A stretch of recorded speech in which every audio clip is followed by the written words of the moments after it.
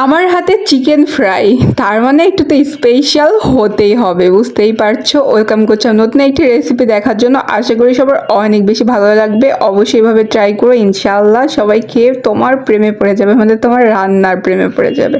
তো চলো কথা না বাড়িয়ে কী কী ইনগ্রেডিয়েন্টস লাগছে এখনই জেনে আসি। তো প্রথমে লাগবে আমাদের একটা চিকেন। তো চিকেনটা আমি মিডিয়াম সাইজ করে কেটে নিয়েছি, দেখতে পাচ্ছ। কেটে সুন্দর করে ধুয়ে পরিষ্কার করে নিয়েছি। দেন এখানে এলাচ আর জিরা বাটা, তারপরে বাদাম বাটা, পেঁয়াজ রসুন বাটা, কাঁচামরিচ বাটা, সয়া সস, একটি ডিম, আর এখানে লাগছে টক দই।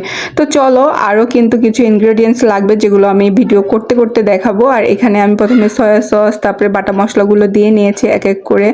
বাদাম বাটা, এলাচ জিরা বাটা, কাঁচামরিচ বাটা, পেঁয়াজ রসুন আদা বাটা, তো সবগুলো বাটা, মানে মাংস রান্না করতে যা যা বাটা লাগে আর কি। তারপরে এখানে টক দই দিয়ে নিলাম।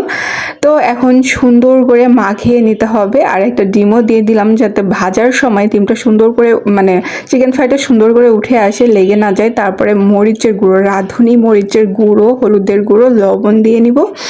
আর এখানে তান্দুরি চিকেনের মশলাটা আমি ব্যবহার করেছি, যেহেতু আমার বাসায় কয়েকদিন পর পরেই আমার এই চিকেন ফ্রাইটা করতে হয়। আমি মশলাটা আগে থেকে এনে রাখি, কারণ আমার বাচ্চারা 2 দিন পর পরেই বায়না ধরে চিকেন ফ্রাই খাবে।